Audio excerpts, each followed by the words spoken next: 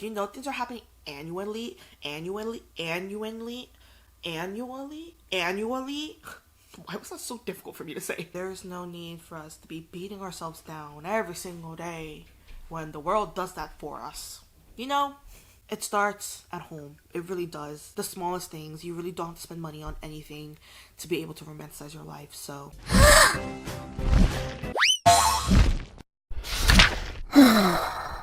Hey guys, it's Sarah here and welcome back to another one of my videos. I feel like I owe you guys a long due explanation. If you guys been here long enough, you know how bad I've been with posting consistently the past couple of months. When I first started making book reviews for you guys, it's because I genuinely enjoyed reading. I loved the books that I was reading. I didn't feel the pressure to read certain books, but recently as I've been more involved in book talk and seeing the trends and the popular books going around, I just felt like I no longer was doing it for myself. I feel like I was being really pressured to read certain books, love certain books, and finish them in a certain time frame before I lose myself in that black hole. I needed to change something. The past couple of weeks, actually months, I've been really trying to think of ways to have the book content that you guys still deserve and that still I really want to do, but at the same time, bring you guys something more to the table that's not just book related. I've been watching a lot of YouTubers. My favorite is Darling Desi. She is actually who inspired me to make my own romanticizing videos. If you don't know who Darling Desi is, she is also a booktuber as well as, you know, a regular YouTuber. She vlogs her life, romanticizes her life. You guys need to watch her videos. If you enjoy the aesthetic, romanticizing your life type of videos, they're just so peaceful, so calming. And as you guys can tell by the title of this video, that is what we're going to be talking about.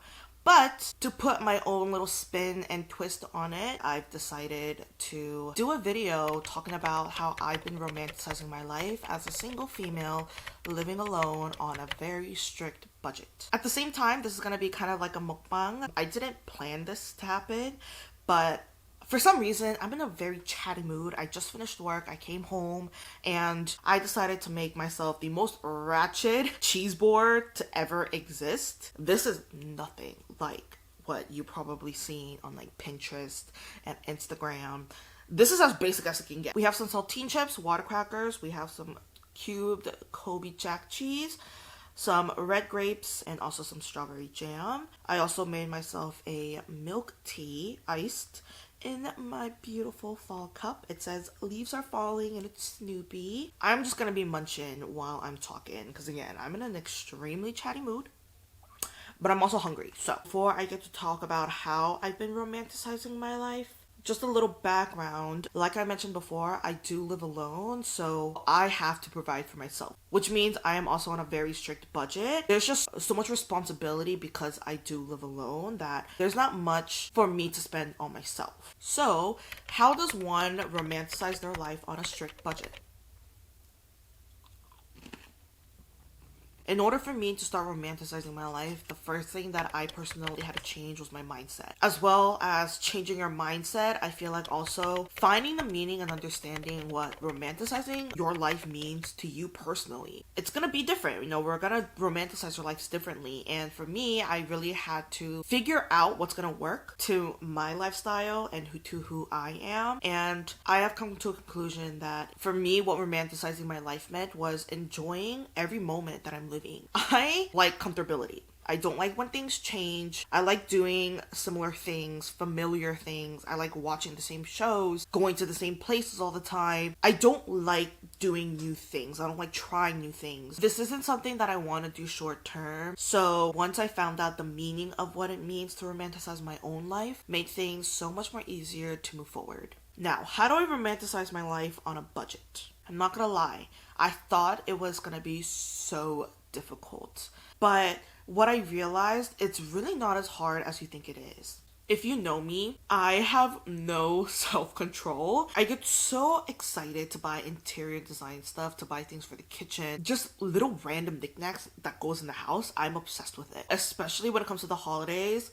Winter is my season, guys. As much as I love fall, it's not my favorite season. I am 100,000% a winter girly, but things get expensive.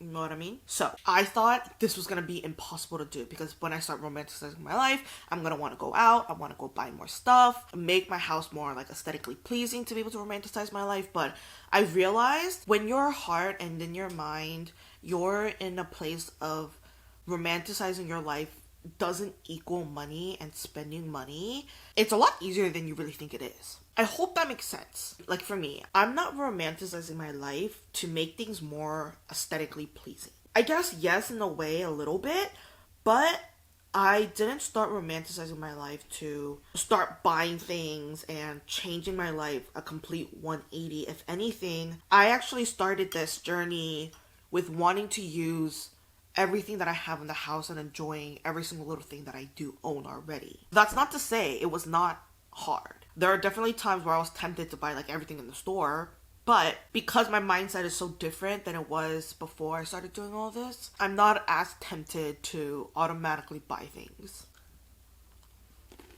If you do want that aesthetic though, I would say start off slow.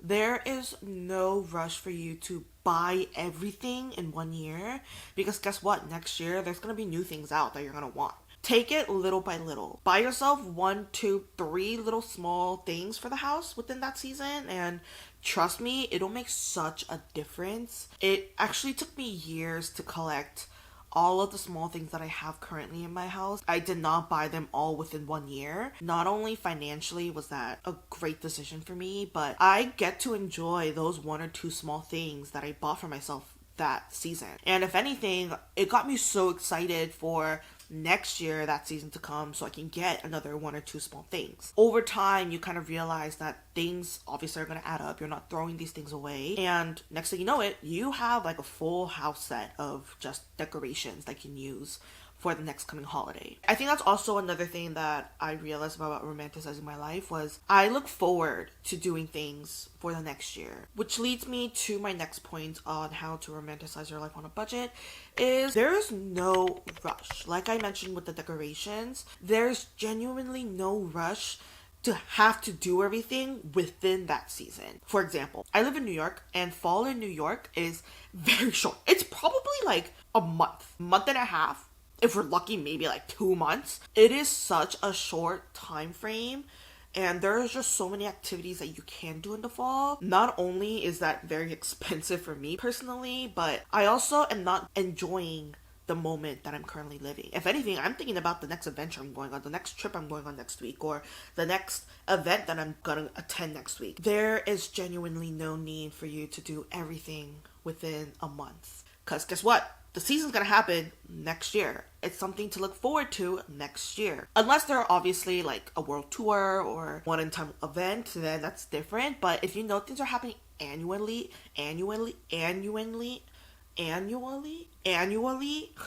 why was that so difficult for me to say? Annually, like apple picking, pumpkin patch, those things happen every year. If I don't make it this year, guess what? I can go next year. That is also something that I have learned in the past couple of weeks of romanticizing my life was there's really no need to do everything in one season. Yes, life is so short, but to be honest, what's the point of trying to accomplish everything on your bucket list when you're not even gonna enjoy all of those singular moments? Like, I think personally for me, memories are so much more important than just checking it off on your list. Not only that, but there's also a lot of activities out there that don't require you to pay money. For example, I recently discovered that we have main streets here. I know, it sounds so dumb, and I'm sure a lot of you guys are like, what? Like, how did you not know that? I don't know why, but for some reason, I've never thought to explore New York. I've been living in New York for so long now, and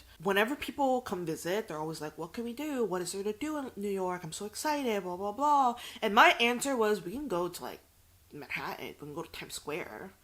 Maybe we can go see, like, the Statue of Liberty in Brooklyn. But aside from that, there's really not much to do in New York. Like, it's really not all that fun. Recently, my friend has shown me around Long Island, and we went to a town called Huntington, which I heard of many times, but I never realized how big the town was. And long and behold, there's actually a main street there where there's so many things and stores you can explore. So recently I did go to Main Street alone, took myself on a little date, knowing that there's so much beauty in a place so close to home. I don't know, just something about it felt so magical. This has actually opened up my curiosity on wanting to do different things, which is so mind-blowing to me because I find comfort in the things that I already know, and I do not like trying new things. I don't like trying new foods, going to different places. So for me to spontaneously go to Huntington Main Street was so healing for me. I just had so much fun. What is so great about things like main streets is you don't have to spend money. You really don't. There's so many stores that you can even look at that honestly you don't even realize how